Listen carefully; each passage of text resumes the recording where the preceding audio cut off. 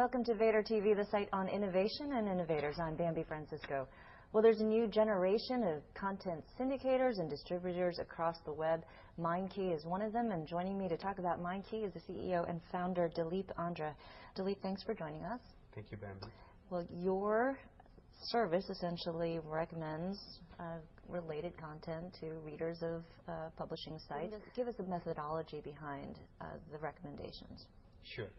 So what a typical publisher or a blogger can do is come to mindkey.com and register, and they can specify what content do we need to recommend from.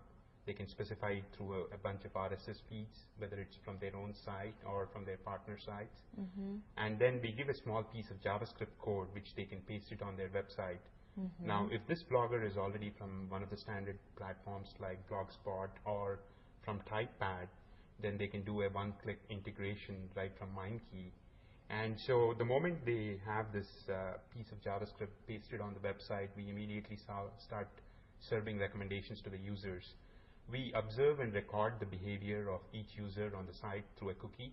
So we understand what the users are reading currently or what they have read before. And our recommendations widget delivers content which is both contextually relevant and also behaviorally relevant based on what the user has read before. Based on what the user has read before, so it's not, is it also based on how popular a particular column is? So it's a combination of 4 different approaches which are used in the recommendations arena. So one of the approaches is the wisdom of the crowd, or even the wisdom of the wise, right? Wisdom of the expert. Is your service really working? Or can you do you have an example of?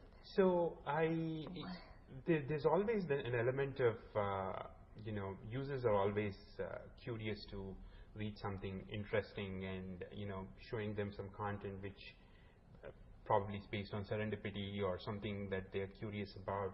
You can certainly get some clicks.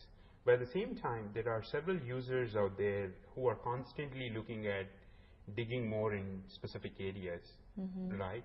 And for them, oftentimes when they visit their favorite websites, they don't necessarily get to the content they want in one go, and it often takes a lot of searching.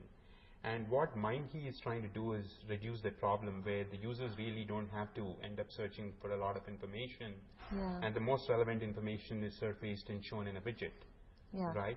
And so essentially this is giving an opportunity for the publisher to merchandise the content and present the most relevant content to every user. And I think the proof of the pudding is really in, how successful you are from a click-through rate standpoint. What's your click-through rate? So our click-through rates currently are at least around 3 to 4%. And if you look at, the fact that the MindKey's widget on most of these blogs, these blogs are pretty lengthy in terms of, it takes multiple scroll downs, around 15 or 20 scroll downs to scroll through the homepage of a blog. So our widget is getting viewed by maximum of 10% of the viewers or 15% of the viewers, and amongst that we are getting around 3 to 4% click-through rates. How many widgets are out there right now across the blogosphere, and how do you derive that? So currently we are serving close to about 300 to 400,000 widget impressions. Okay. Yeah. Monthly? Yes, on a monthly basis. And how do you drive that higher? Well, we just launched a service last week, and so we are hoping that the word is going to get out Internet time. Okay, yes. No, I'm kidding. Yeah. I'm sure you'll drive those clicks higher. Now, Vader, we're a publisher, so there are a number of sites out there. I think Media River, I've spoken with them recently, as well as Sphere. They have widget technology, and they also syndicate and distribute content. So why should we use a service like yours? Sure. So if you look at Sphere primarily surfaces the content that is most relevant to a given context, right? And so sometimes what happens is when a user is reading about specific article, then what Sphere can do is it will look at your content sources or third parties' content sources and can give most relevant articles in that context. Let's say, for example, you're reading about Harry Potter or you're reading about iPhone. Whereas what MindKey technology does is not only about that context, but also based on your behavior, right? Sometimes the users may not have the appetite to read so much of Harry Potter or so much of iPhone, and they certainly want some very interesting novel content.